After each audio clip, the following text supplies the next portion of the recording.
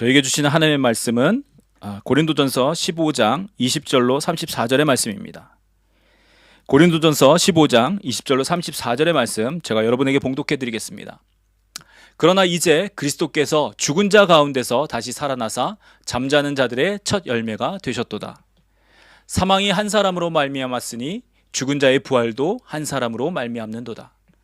아담 안에서 모든 사람이 죽은 것 같이 그리스도 안에서 모든 사람이 삶을 얻으리라.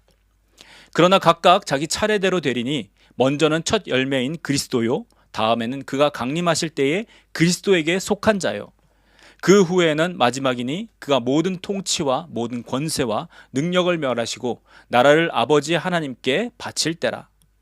그가 모든 원수를 그 발 아래에 둘 때까지 반드시 왕노릇 하시리니 맨 나중에 멸망받을 원수는 사망이니라. 만물을 그의 발 아래에 두셨다 하셨으니 만물을 아래 둔다 말씀하실 때에 만물을 그의 아래에 두시니가 그 중에 들지 아니한 것이 분명하도다. 만물을 그에게 복종하게 하실 때에는 아들 자신도 그때에 만물을 자기에게 복종하게 하신 이에게 복종하게 되리니 이는 하나님이 만유의 주로서 만유 안에 계시려 하심이라. 만일 죽은 자들이 도무지 다시 살아나지 못하면 죽은 자들을 위하여 세례를 받는 자들이 무엇을 하겠느냐? 어찌하여 그들을 위하여 세례를 받느냐? 또 어찌하여 우리가 언제나 위험을 무릅쓰리요? 형제들아, 내가 그리스도 예수 우리 주 안에서 가진 바 너희에 대한 나의 자랑을 두고 단언하노니 나는 날마다 죽노라. 내가 사람의 방법으로 에베소에서 맹수와 더불어 싸웠다면 내게 무슨 유익이 있으리요? 죽은 자가 다시 살아나지 못한다면 내일 죽을 터이니 먹고 마시자 하리라. 속지 말라. 악한 동무들은 선한 행실을 더럽히나니 깨어 의를 행하고 죄를 짓지 말라. 하나님을 알지 못하는 자가 있기로 내가 너희를 부끄럽게 하기 위하여 말하노라. 아멘. 네, 아멘. 네, 저희가 고린도전서 15장을 함께 보고 있습니다. 사람들은 누구나 어떻게 보면 자기의 믿는 대로 살아갑니다. 아니라고 하지만 자기의 생각대로 살아간다는 뜻입니다. 다른 말로 하면 보는 만큼 살아간다고 할 수 있습니다. 그러니까 자기에게 보이는 만큼 믿는다라는 뜻이고 또 그렇게 산다라는 뜻입니다.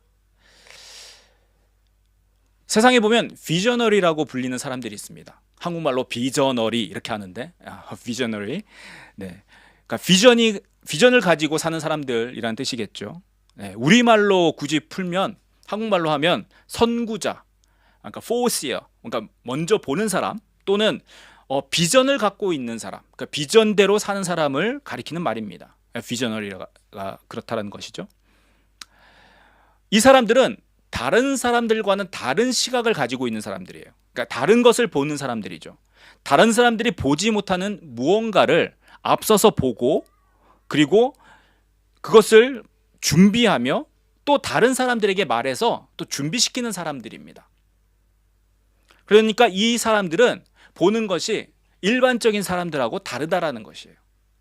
다른 것을 보기 때문에 또 그 다른 것을 보고 그것을 믿기 때문에 일반 사람들과는 다른 삶을 살아갑니다.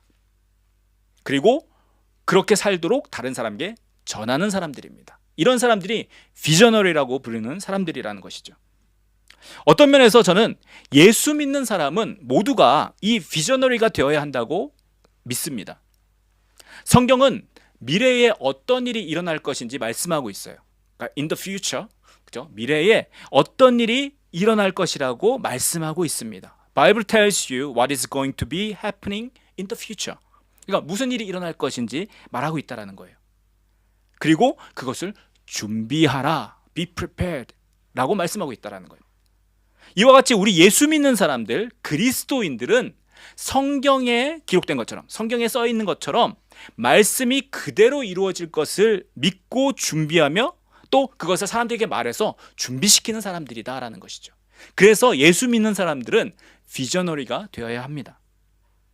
자, 그렇다면 앞으로 이루어질 것이다 라고 말하는 성경에 기록된 말씀이 무엇입니까? 비저너리로서, 그리스도인으로서 우리가 바라보고 준비해야 할 것이 무엇이냐라는 것이죠. 바로 우리가 지금 살펴보고 있는 고린도전서 15장의 죽은 자의 부활이라는 것입니다. the resurrection of the dead. 죽은 사람이 다시 살아나는 것. 저희가 지난 2주간 이 부활에 대해서 살펴봤습니다. 죽은 자가 살아날 수 있다. 다른 어떤 곳에서도, 세상 어느 곳에서도 들어볼 수 없는 그 메시지. 죽은 자가 살아난다. resurrection of the dead. 자, 그것을 저희가 살펴보았습니다.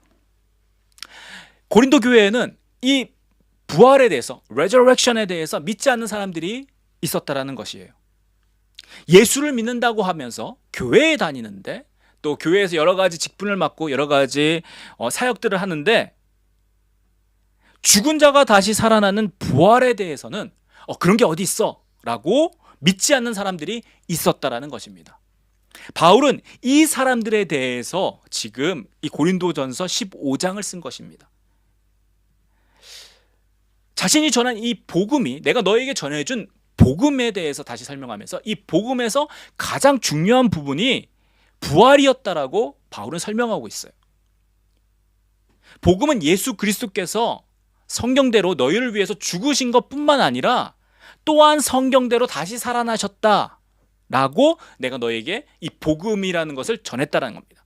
그러니까 이 복음이라는 것은 예수 그리스도의 죽으심뿐만 아니라 다시 살아나심, 부활도 같이 있다라는 것이지요. 그리고 바울이 말하기를 그것을 본 사람들이 있다라는 겁니다. 다 죽으신 것도 보았고 또 다시 살아난 것을 본 사람들, 바로 증인들, 위트니스가 있었다라고 바울이 이야기한다라는 거예요. 그리고 자기 자신도 내가 비록 하나님의 교회를 핍박한 아주 작고 작은 사람이지만 하나님께서도 내게 예수께서 다시 살아나신 것을 보여주셨다라고 나도 증인이라고 고백하고 있다라는 것입니다.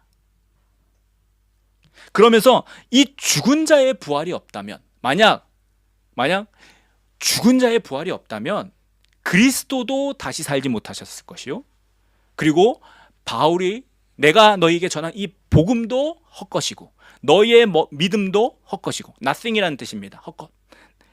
그리고 우리 모두는 하나님 앞에서 거짓말하는 사람들이 될 것이다 라고 바울이 말씀하고 있습니다. 더 나아가 이 죽은 자의 부활, 죽은 사람이 다시 살아나는 부활이 없다면 우리 그리스도인들, 예수를 믿는 사람들이 가장 불쌍한 사람들일 것이다 라고 말씀하고 있습니다. 그러므로 여러분, 부활은 이 복음에서 가장 중요한 메시지예요. 그리스도인이라면 반드시 붙들어야만 하는 말씀이자 진리라는 것입니다. 이 복음에서 부활을 빼버리면 더 이상 복음이 되지 않는다라는 뜻과 마찬가지입니다. 그리스도인이라면 우리가 그리스도인이라는 비저너리로서 반드시 바라보아야만 하는 이 중심이 바로 부활이다라는 것을 여러분 기억하십시오. 자, 그리고 이어서 바울은 오늘 말씀을 이어가고 있습니다. 오늘 본문에 부활은 있다라고 확증, 프루브하고 있어요. 자, 부활은 어떻게 있는지 바울이 설명하고 있다라는 것입니다. 자, 20절에서 28절을 우리 다시 한번 보도록 하겠습니다. 20절에서 28절입니다. 그러나 이제 그리스도께서 죽은 자 가운데서 다시 살아나사 잠자는 자들의 첫 열매가 되셨도다. 사망이 한 사람으로 말미암았으니 죽은 자의 부활도 한 사람으로 말미암는도다. 아담 안에서 모든 사람이 죽은 것 같이 그리스도 안에서 모든 사람이 삶을 얻으리라. 그러나 각각 자기 차례대로 되리니 먼저는 첫 열매인 그리스도요, 다음에는 그가 강림하실 때에 그리스도에게 속한 자요, 그 후에는 마지막이니 그가 모든 통치와 모든 권세와 능력을 멸하시고 나라를 아버지 하나님께 바칠 때라.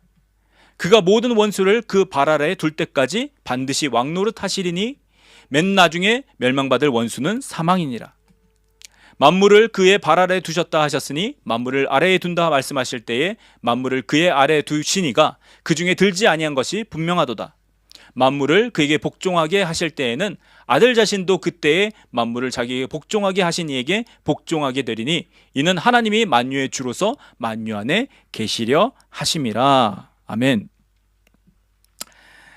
네, 바울은 만약 죽은 자의 부활이 없다면 우리 그리스도인들이 가장 불쌍한 사람이겠지만 부활은 있다라고 확증, 프루브하고 있습니다.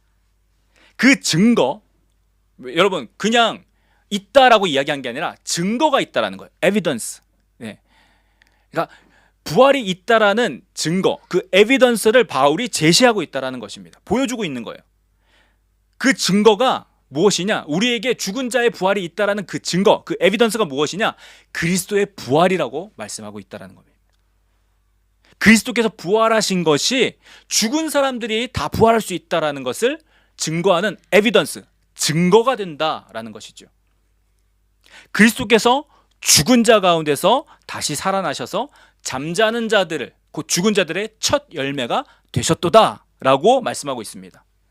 여러분, 첫 열매, first fruit이라고 불리는 이 첫 열매가 무엇입니까? 아주 옛날에, 예전에 벌써 꽤 됐습니다. 저희 교회에서 이스라엘의 절기 시리즈를 할 때 이 초실절에 관해서 말씀드렸습니다. Feast of First Fruits라고 부릅니다. 초실절. 이 초실절에서 이 초실이라는 단어가 첫 열매예요. First fruit. 네. 처음 열리는 열매라는 뜻이죠. 이 처음 거둔 열매의 가장 좋은 것을 하나님께 드리는 절기가 이 초실절입니다. 이 출애굽기에 나오는데요. 이스라엘 절기 중에 세 번째, 봄에 드리는 절기입니다. 그리고 이 절기 때 보리에, 바알리 알죠? 발리 아시죠? 그 보리에 가장 처음 익은 그 열매를 하나님께 흔들면서 올려드리는, 가장 좋은 것을 드리는 그 절기가 이 초실절입니다. 이렇게 첫 열매, 또 처음 것, 또 성경에 보면 장자 이런 뜻이 나오죠. firstborn. 네. 이 처음 난 것을 강조하는 것은 그 처음 것이 마지막, 그 나중에 나오는 것들을 대표한다라는 성경의 원리를 말씀하는 것입니다. 성경의 말씀은 첫 번째 것을 가지고 첫 번째 것을 보고 그 나머지를 대표하는 것으로 보고 계시다라는 거예요. 그러니까 처음 익은 가장 좋은 것을 우리 하나님께 드림으로써 뒤에 나오는 것들도 좋을 것임을, 똑같은 것들, 가장 좋은 것들이 열릴 것임을 고백하는 것이 바로 이 초실절입니다. 바울은 그리스도의 부활이, 그리스도께서 다시 살아나신 것이 잠자는 자들, 곧 죽은 사람들, 예수 그리스도를 믿고 죽은 사람들이 다시 살아날 것을 보여주는 첫 열매라고 말씀하고 있다는 거예요. 그리스도의 부활이 모든 죽은 사람들을 대표해서 다시 살아나는, 대표하는 이그젬플이라고 말씀하고 있다는 것입니다. 이그젬플. 우리가 이그젬플 하면 그거 어떤 것을 설명하기 위해서 보여주는 것이잖아요. 그러니까 예로서, 이그젬플로서 하나님께서 우리에게 부활이 있다, 이 부활을 너희가 바라보라, 부활을 믿으라고 하신 그 이그젬플이 무엇이다? 예수 그리스도의 부활이다라고 말씀하고 있는 것입니다. 죽은 자의 부활이라는 것이 있다는 것을 그리스도의 부활로서 우리에게 알려주신 것이다라는 것이죠. 그래서 6월절이, 절기로 보면 6월절이 그리스도의 죽으심을 미리 알려주는, 예표하는 것이었다면 초실절은 그리스도의 부활을 예표한 것이라고, 미리 보여주는 것이라고 할 수 있습니다. 이거 절기 시리즈 때 다 했는데 못 보신 분들은 유튜브 가서 보시면 나옵니다. 자, 이것이 바로 아까 말씀드린 성경의 원리인 대표성이라는 거예요. 대표로서 처음 것을 하나님께 드리고 하나님께서 그 처음 것을 받으시고 그 나머지 것들을 인정해 주신다라는 것이죠. 자, 바울이 이어서 설명합니다. 어떻게 설명합니까? 첫사람이 누구죠? 아담입니다. 아담에게 속한 모든 사람들이, 아담이 죄를 지으니까 그 모든 속한 사람들이 죽었다라고 이야기합니다. 여러분, 이런 얘기 많이 합니다. 나는 하나님께 죄를 지은 적이 없는데요. 나는 나름 그래도 착하게 살았어요, 태어나서. 그런데 성경을 보거나 아니면 교회에 오니까 다 죄인이래요. 우리는 다 죄인입니다. 그러니까 난 지은 죄가 없는데 왜 죄인일까? 뭐 이런 고민하다가 다 죄인이라고 하니까 그런가 보다 이렇게 지나가죠. 네. 성경은 죄인이라고 말하는데 우리가 직접 죄를 지어서 죄인이라고 이야기하는 하는 것이 아니라 대표성의 원리. 우리가 다 아담에게 속했는데, 첫사람이 누굽니까? 아담이죠. 그 아담에게서부터 나왔는데 그 아담이 죄를 지었어요. 아담이 죽었어요. 그러니까 아담으로부터 비롯된, 아담으로부터 태어난 우리 모두는 죄인으로 태어나게 된다는 거예요. 다른 말로 하면 죽어서 태어나게 됐다라는 것이에요. 이것이 성경이 말하는 대표성의 원리죠. 바울이 그것을 가지고 설명하는 거예요. 아담이, 첫사람인 아담에게 속한 모든 사람들이 아담이 죄를 지음으로 다 죽었다. 그런데 동일한 원리로 마지막 아담이신 그리스도께 속한다면, 너희가 그리스도를 믿는다면 그리스도께서 다시 살아나신 것과 같이 너희도 다시 살아날 수 있다라고 말씀하고 있는 거예요. 그래서 첫사람 아담과 마지막 사람 아담인 그리스도, 이 둘을 비교해서 우리에게 설명하고 있다는 것입니다. 그리스도 안에서 모든 사람이 삶을 얻는다, 다시 생명을 얻는다라고 바울은 말씀하고 있습니다. 여러분, 이것은 예수만이 예수 그리스도 안에 있는 것만이 생명을 얻는 유일한 길이라는 것을 증명하고 있습니다. 사람들이 이렇게 말합니다. 왜 꼭 예수를 믿어야 되냐? 구원을 받으려면 예수를 믿어야 된다고 하는데 사람들 그 얘기 듣기 싫습니다. 산 꼭대기에 올라가는데도 여러 가지 길이 있지 않냐? 그러니까 구원을 얻기 위해서 여러 가지 길이 있다. 꼭 예수만이 아니라 다른 길로 돌고 돌면은 어딘가 그 위에서 어느 산 꼭대기에서 만날 거다라고 말씀하시는 분들이 있습니다. 또 특별히 요즘 같은 시대에 예수만을 강조하면 이상한 사람, 마음이 좁은 사람, 편협하다고 하죠. 마음이 스터번한 사람, 이렇게 바라봅니다. 다른 종교를 인정하지 않는 것은 포용성이 없다, 인클루시브하지 않다라고 생각한다라는 거예요. 그래서 나이스한 그리스도인이 되려면, 나이스한 크리스찬이 되려면 그리스도를 믿는 우리도 다른 종교, 다른 믿음도 다 인정하면서 그것들을 포용하는, 인클루시브하는 그런 종교가 되어야 한다라고 주장하시는 분들이 있습니다. 여러분, 과연 그렇습니까? 성경을 잘 몰라서 하는 이야기입니다. 이 사람들은 이것을 모르고 있어요. 만약 예수 외에 생명 얻는 다른 길이 있다고 말하는 것은 포용하는 마음이 있는 어떤 나이스한 그 기독교를 이야기하는 것이 아니라 기독교임을 포기한 것입니다. 기독교가 무엇입니까? 그리스도교를 한문으로 쓰다 보니까 기독교가 됐어요. 자, 그리스도교가 무엇이라고 이야기했습니까? 그리스도에게 속한 사람들을 말하는 거예요. 그리스도를 믿는 사람들이라는 것이죠. 자, 그런데 그리스도를 인정하지 않는데 어떻게 그리스도교가 될 수 있겠습니까? 한 사람 아담에게 속해서 모두가 죽었다면 또 다른 한 사람, 마지막 아담인 그 그리스도께 속하여야만 생명, 구원을 얻는다는 것을 믿는다는 것이 바로 기독교 그리스도교인데, 다른 누군가, 다른 어떤 종교에게도 생명이 있다라고 하니까 어떻게 그것을 기독교라고 부를 수 있겠습니까? 오늘날 우리가 정말 깨어서 잘 바라보고 분별해야 됩니다. 우리 기독교를 믿는 그리스도인들은 그래서 다른 사람들에게 나이스하게 보이려고 교양 있는 것 같고 왠지 좀 그렇죠? 다른 사람도 인정해 줄 수 있고 마음이 넓은 어떤 나이스하게 보이는 크리스찬으로서 우리가 살아가려고 예수를 믿는 것이 아니라는 것입니다. 우리는 생명을 얻기 위해서 믿는 사람들이에요. 다른 말로 하면 우리 오늘 주제인 이 죽은 다음에 부활하기 위해서, 이 부활의 생명을 얻고자 우리가 그리스도 안에 속하기로 그리고 작정하고 그리스도를 믿는 사람들이다라는 것입니다. 그래서 우리 예수 믿는 사람들, 그리스도인들은 그것을 듣는 사람들이 불편하더라도 그것을 나타내는 것이에요. 증거하는 것입니다. 보여주는 것입니다. 아까 비저너리 말씀드렸죠? 안 보이는 것을 먼저 보고 보여주는 사람들.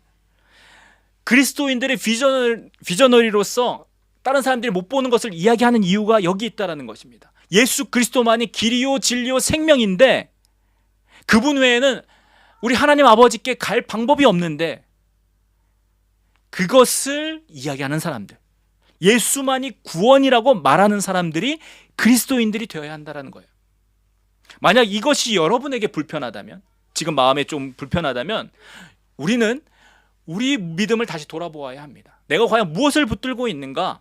내가 올바른 것을 믿고 있는가 살펴봐야 한다는 거예요. 과연 성경이 말한 기독교, 성경이 말한 그리스도교를, 지금 바울이 말하고 있는 이 그리스도교를 내가 믿고 있는지를 돌이켜 보아야 한다라는 것입니다. 다른 길은 없습니다. No other way. 다른 길은 없습니다. 오직 예수밖에 없습니다. 예수님만이 길이십니다. Jesus is the only way. 구원 얻을 수 있는 다른 이름을 우리에게 주신 적이 없습니다. 오직 예수 안에 속한 자들만이 마지막 날에 생명을 얻을 것입니다. 오직 예수 안에 속한 자들만이 그날에 부활할 것이다 라는 거예요. 그날이 부활의 날입니다. 다시 살아나는 날이라는 거예요. 모두가 두려워하는 그 사망, 죽음이 멸망하는 날이자 우리가 생명을 얻는, 영원한 생명을 얻는 날이다라는 것입니다. 아담이 죄를 지음으로 들어온 그 사망이 멸망, 없어지고, 영어 성경에 보면 destroyed라고 되어 있어요. 멸망받고 그리스도 안에서 생명을 얻는 날이 바로 우리의 부활의 날이다라는 것입니다. 사랑하는 여러분, 이 부활의 날을 바라보십시오. 부활의 날을 바라보고 나아가야 합니다. 비저너리로서 미리 보는 사람들이라는 거예요. 다른 어떤 듣기 좋은 세상의 소리에 여러분 귀 기울이지 마십시오. 우리는 다른 사람들, 그 사람들에게 나이스하게 보려고 예수 믿는 사람들 아니에요. 우리는 하나님을 바라보고 하나님이 원하시는 모습대로 믿는 사람들이다라는 것을 여러분 기억하시기 바랍니다. 불편하더라도 진리를 선택하며 생명을 얻기 위해 달려가는 사람들입니다.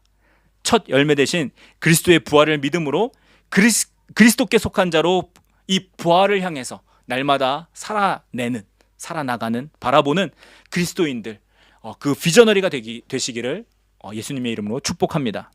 자, 그렇다면 이 부활을 믿는 사람으로서 우리는 어떻게 살아야 될까요? 자, 부활을 바라보고 있습니다. 부활을 비저너리로서 바라보는 사람들입니다. 그럼 어떻게 살아야 될까요? 바울은 이어서 말씀하고 있습니다. 29절부터 34절입니다. 다시 한번 보겠습니다. 만일 죽은 자들이 도무지 살아나지 못하면 죽은 자들을 위하여 세례를 받는 자들이 무엇을 하겠느냐? 어찌하여 그들을 위하여 세례를 받느냐? 또 어찌하여 우리가 언제나 위험을 무릅쓰리요? 형제들아, 내가 그리스도 예수 우리 주 안에서 가진 바 너에게 대한 나의 자랑을 두고 단언하노니 나는 날마다 죽노라. 내가 사람의 방법으로 에베소에서 맹수와 더불어 싸웠다면 내게 무슨 유익이 있으리요? 죽은 자가 다시 살아나지 못한다면 내일 죽을 터이니 먹고 마시자 하리라. 속지 말라. 악한 동무들은 선한 행실을 더럽히나니 깨어 의를 행하고 죄를 짓지 말라. 하나님을 알지 못하는 자가 있기로 내가 너희를 부끄럽게 하기 위하여 말하노라. 아멘. 여기 29절 보시면 이 죽은 자를 위하여 세례받는 것이 나옵니다. 네. 이것이 무엇인지에 대해서 많은 해석들이 있습니다. 왜냐하면 죽은 자를 위해서 세례를 받는다? 받을 수 있는가? 뭐 약간 이렇게 해석되기 때문이죠. 이 해석들을 보면 당시 고린도 교회에는 이렇게 죽은 사람들을 대신해서 세례받는 사람들이 있었다라고 합니다. 네, 해석 중에 하나가 그렇습니다. 네, 바울이 그러한 것들은 인정하지 않았지만 여기에서 이 부활에 대해서 설명하기 위해서 그것을 예로 들어서 설명하고 있다라는 해석이 있습니다. 또 다른 해석은 죽은 자를 위하여 세례받는다는 것은 다른 어떤 다른 것들을 나타내는, 지금은 알지 못하지만 이게 돌려서 이야기하는 그들만의 그 당시에 고린도 교회 사람들이 알아들을 수 있는 어떤 이디엄, 약간 그렇게 대표해서 말씀하는 어떤 그런 것이었다. 그러니까 죽은 자를 위해서 세례받는다는 어떤 그 이디엄, 그 수거가 있었다라는 거죠. 뭐 이런 설명도 있습니다. 자, 그런데 저는 이것이 그냥 세례를 의미하는 것이라고 봅니다. 그러니까 세례를 나타내는, 세례를 의미하는 것이라고 본다라는 것이죠. 여기서 죽은 자를 위하여, 그러니까 죽은 자를 위하여라고 나와 있는데, 죽은 자들을 위하여라고 할 때 이 위하여라고 번역된 이 그리스어가 후페르라는 단어입니다. 이건 위하여, behalf of, 그러니까 대신에라는 뜻이 있습니다. 자, 그런데 또 다른 말 뜻으로는 무엇에 관하여, about이라는 뜻도 있습니다. 그리고 이거 죽은 자들이라고 이야기하는데, 이건 죽은 자는 어떤 죽은 사람, 어떤 body, 그러니까 시체도 되지만 이 역시 그 죽음이라고도 해석할 수 있습니다. 그래서 저는 이것을 죽은 자를 위해서 세례를 받는다라는 뜻보다 죽은 자들의 부활이 없다면 왜 너희들은 죽음에 관하여 세례를 받고 있느냐라고 볼 수 있다는 것이죠. 그러니까 죽은 자들의 부활이 없다면 너희가 왜 세례를 받느냐? 세례가 의미하는 것이 죽음이지 않느냐라고 말씀하고 있다는 거예요. 여러분, 세례의 의미를 아십니까? 세례 받습니다. 한국 장로교에서는 세례라고 하지만 원래 침례라는 뜻이 좀 더 맞습니다. 왜냐하면 물에 들어갔다 나오거든요. 물에 잠겼다가 나오는 것입니다. 물에 잠길 때, 물에 들어갈 때 그리스도와 함께 죽고, 물에서 나올 때 그리스도와 다시 사는, 그러니까 물에 들어가는데 죽음에 관한 것이고, 다시 사는 것을 나올 때 고백하는 것이죠. 예수 그리스도께서 부활하심을 따라. 자, 그래서 원래 예수를 믿기로 한 사람들, 예수를 고백하기로 한 사람들은 그 자리에서 세례를 받았습니다. 그러니까 세례로서 자신의 신앙 고백을, 그것을 보는 사람들 앞에서 했다라는 것이죠. 요즘에는 교회 나온 지 한 달 되고 어떤 과정을 마치고 세례 문답을 해야 이렇게 세례를 줍니다. 근데 원래 세례의 의미는 믿는 즉시로 했다라는 거예요. 왜냐하면 그거 자체가 자신의 신앙을 사람들 앞에서 고백하는 신앙 고백의 행위였습니다. 왜요? 물에 들어감으로써 내가 그리스도와 함께 죽고, 물에서 나올 때 내가 그리스도와 함께 다시 산다라는 것을 고백하는 것이죠. 자, 그래서 바울은 여기서 이야기하고 있는 거예요. 너희가 부활을 믿지 않는데 왜 세례를 받느냐라는 거예요. 만약 다시 살아나는 이 부활이 없는데 왜 세례로서, 세례가 그럼 무슨 의미가 있느냐라고 말씀하고 있는 것입니다. 죽은 자들이 도무지 다시 살아나지 못한다면 죽은 자를 위하여 세례받는 것은 무엇을 하겠느냐? 어찌하여 이 죽음을 위해서 너희가 세례를 받느냐라고 하고 말씀하고 있다라는 것입니다. 그러면서 이어서 이야기합니다. 또 왜 위험을 무릅쓰고 살고 있느냐? 안전하고 살고 싶은 게 사람의 어떤 그거죠. 근데 바울, 예수 믿는 것 때문에 위험을 무릅씁니다. 멀리 여행을 다닙니다. 당시는 비행기가 없었죠. 차도 없습니다. 어느 지역에서 어느 걸 가려면 열심히 걸어야 돼요. 근데 그 가운데 안전하지 않습니다. 도둑들도 있고, 배 타고 가면 바람 불면 언제 배가 가라앉을지 모릅니다. 오늘날처럼 일기예보가 잘 돼 있어서 날씨가 좋을 거다 하고 띄우지 않잖아요. 그냥 가다 보니까 폭풍우도 만나고, 가는 것이, 돌아다니는 것이, 그리고 이 복음 전하면 사람들이 가만 놔둡니까? 이상한 거 전한다고 잡아 가두기도 하고 때리기도 하고 목숨의 위협을 받는다라는 거예요. 자, 바울이 이야기하는 게 무엇입니까? 왜 위험을 이렇게 무릅쓰고라도 이렇게 죽음을 매번 죽을 것이라는 것을 매번 마주하고서도 그렇게 복음을 전하고 있느냐라고 묻고 있다라는 거예요. 만약 죽은 자의 부활이 없다면 그냥 먹고 마시자 즐기자 할 거다라는 것입니다. 네. 여러분, 그래서 예수님을 믿는 사람들은 사는 방법이 다른 거예요. 왜냐하면 보지 못하는 것을 보는 비저너리이기 때문에. 남들은, 세상 사람들은 보지 않는 그 다른 데스티네이션, 그 종착역이 있다라는 것을 바라보고 나아가는 사람들이기 때문에 삶의 모습들이 다르다라는 겁니다. 세상 사람들 그냥 살아가요. 자, 오늘 먹고 마시자 한다는 겁니다. 그냥 먹고 죽자 이러는 사람들도 있죠. 마시고 죽자. 네. 죽을 때까지 마셔 이런 사람들도 있습니다. 근데 그리스도인들은 왜 그렇게 살지 않느냐? 그것이 끝이 아니라는 것을 알고 있기 때문입니다. 그것이 마지막이 아니라는 것을 알고 있다라는 거예요. 우리 그리스도인들은 이와 같이 부활을 바라보는 비저너리들입니다. 부활을 준비하면서 전하는 사람들이다라는 거예요. 죽음이 끝이라면 먹고 마시고 내 몸이 원하는 것, 내가 즐거워하는 것, 내가 좋아하는 것, 그것만 할 것입니다. 그런데 죽음 이후에 다시 살아난다라는 거예요. 부활이 있다라는 거예요. 그 부활이 있기 때문에 그 부활 이후의 삶을 준비하면서, 그리고 또 다른 사람들에게 그 삶이 있다라고 이야기하면서 준비하라고 말하는 사람들, 그런 사람들이 바로 우리 그리스도인들이다라는 것입니다. 이렇게 죽음 이후에 다시 살아나는 부활을 바라보기 때문에 그리스도인들은 세상 사람들과 다른 삶을 살아간다라는 거예요. 그래서 그리스도인들은 다르다라는 겁니다. 달라야 합니다.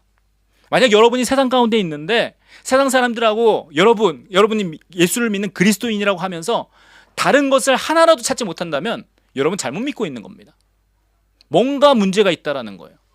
그리스도인들은 다른 사람들입니다. 달라야 합니다. 다른 것이 당연하다라는 거예요. 왜요? 바라보는 것이 다르기 때문입니다. 비저너리로서 보는 끝이 다르다라는 거예요. 다른 사람들과 죽으면 끝. 그러니까 죽음에서 끝나지만 우리는 그 죽음 이후도 바라보는 사람들이다라는 것이에요. 그래서 우리 그리스도인들, 그리스도교는 그냥 착하게 살아라고 그냥 말하는, 그냥 그래도 이 땅에 살면서 그냥 서로 도와주고 서로 사랑하고 그냥 이렇게 좋은 말씀이지, 이런 도덕적인 말씀, 이 모럴을 가리키는 종교가 아닙니다. 성경은 말씀합니다. 한번 죽는 것은 정한 것인데 그 후에는 심판이 있다라는 거예요. 하나님께서 판단하시는 그 심판이 있다라는 것을 믿는 사람들이 그리스도인들입니다. 그래서 그날에 하나님 앞에서 부끄러움이 없도록 준비해야 된다라고 가르치고 실제적으로 준비하는 사람들이 바로 그리스도인들인 것입니다. 그래서 우리는 속지 말아야 합니다. 오늘 말씀하죠. 속지 말라. 다른 세상의 메시지에 귀를 기울이지 말라라는 겁니다. 그 사람들은 여러분을 꼬드겨가지고 세상 사람들하고 똑같이 그렇게 살도록 만들어간다라는 거예요. 조금만 해도 괜찮다고 말하는 그런 악한 친구들, 프렌드라고 하지만 여러분을 안 좋은 길로 인도하는, 엄마 아빠들이 싫어하는 그런 악한 친구들 있죠. 그런 친구들 사귀면 안 됩니다. 그런 자들과 같다라는 거예요. 듣기에는 맨 처음에 좋아요. 그런데 나중에 안 좋은 길로 빠진다라는 것입니다. 그래서 잠들지 말고 깨어서 의를 행하라 라고 바울이 권면하고 있는 것입니다. 속지 말라. 악한 동무들은 선한 행실을 더럽히나니 깨어 의를 행하고 죄를 짓지 말라. 여러분, 부활을 모른다면, 부활을 인정하지 않는다면 하나님을 알지 못하는 자입니다. 하나님의 생각과 마음을 알지 못하고, 그리고 하나님이 어떻게 하실 일도 알지 못하는 자입니다. 세상은 계속 악해져 갑니다. 이 악하다라는 것은 그냥 누나 보기에 그냥 악하다 이것이 아니라 부활을 바라보지 못하게 하고 이 세상의 삶이 전부라고 해서 이 세상 삶을 즐겨 먹고 마셔, 이것이 끝이야, 네가 원하는 대로 네가 마음대로 살아 라고 하는 세상의 메시지인 것입니다. 요즘에 이런 메시지 너무너무 많습니다. 즐겨, 이것이 끝이야, 살아서 이것을 누려야지, 언제 이거 하겠어. 미래를 바라보지 못하고 또 죽은 이후에 부활을 바라보지 못하게 하는 세상의 소리라는 거예요. 세상의 메시지에 여러분 귀를 기울이지 마십시오. 듣지 마십시오. 조금만 해도 괜찮다고 하는 이 목소리는 선한 행실을 더럽히려고 하는 악한 친구들의 목소리입니다. 잠들지 말고 깨어서 의를 행하십시오. 죄를 짓지 말고 여러분 자신을 지키십시오. 그 부활의 날은 반드시 옵니다. 이것이 우리의 믿음이고 소망입니다. 우리 그리스도인들은 이 부활을 바라보며 그래서 준비하는 비저너리들인 것입니다. 계속 악해져만 가는 세상 속에서 비저너리로서 미래를 바라보며 부활을 준비하는 자가 되시기를 축복합니다. 자신을 지키고 구별된 자로서 깨어서 의를 행하는 참된 그리스도인들 되시기를 축복합니다. 부활의 믿음과 소망을 끝까지 붙드는 주님의 자녀들이 되기를 우리 주 예수 그리스도의 이름으로 간절히 축복합니다. 이 시간 우리 함께 기도하겠습니다.